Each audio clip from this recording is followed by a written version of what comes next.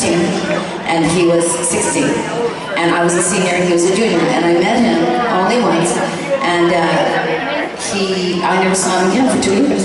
And then 2 years later, he and his band that he was in called me and asked me if I wanted to be in their band. And I said, sure. And so I joined this really, really good, very hard rock and roll band.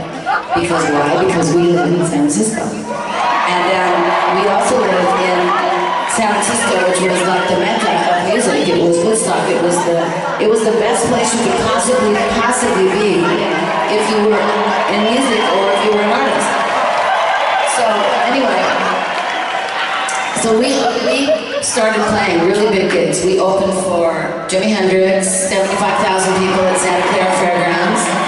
We opened for Janis Joplin, 30,000 people at Stanford Frost Amphitheater. We opened for Santana, went a little ways away for that, for Carmel Monterey. Right before Woodstock, the movie. We opened for Chicago at the Fillmore West. We played the Winterland Ballroom, we played the Avalon Ballroom, and we even opened for Creedence Clearwater in Lodi, for Stuck in Lodi. We were actually stuck in Lodi.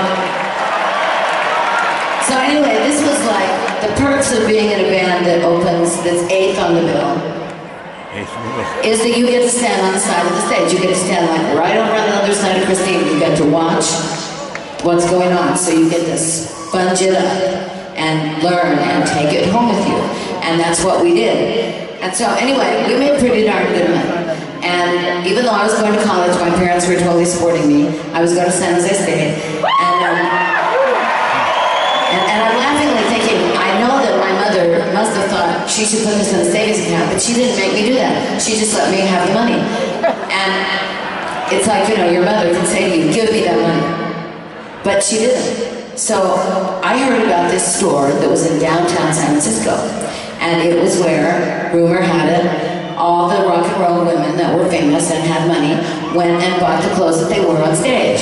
So I saved up my money and I drove up there in my Corvette Monza, convertible, candy apple red, black interior, 5-speed. I buzzed up to San Francisco and I walked into this store called the Velvet Underground. Well, it was not what I expected. It was tiny. It was piled to the rafters with really beautiful things, but it was a very little place. And it had a beautiful hand-painted floor, which I've never to this day ever seen anything like it since.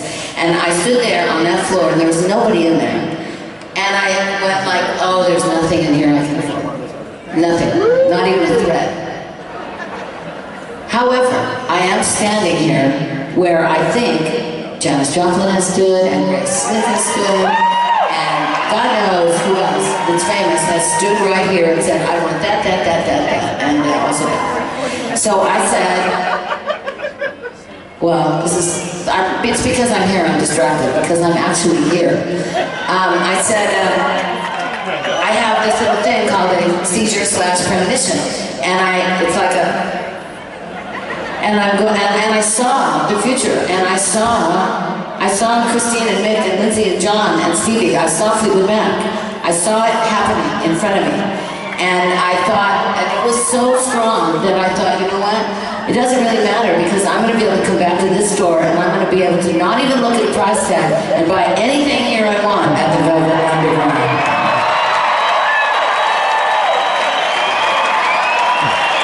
So, my story really is, especially here in my town, is that if you want something bad enough and you fight for it and you don't listen to anybody else and everybody else is going to say you can't do it and you're not strong enough or smart enough or you don't have any money and you can't do it, you're too young, and you're just going to go like, you're wrong, I can, because we are living proof that dreams totally do come true.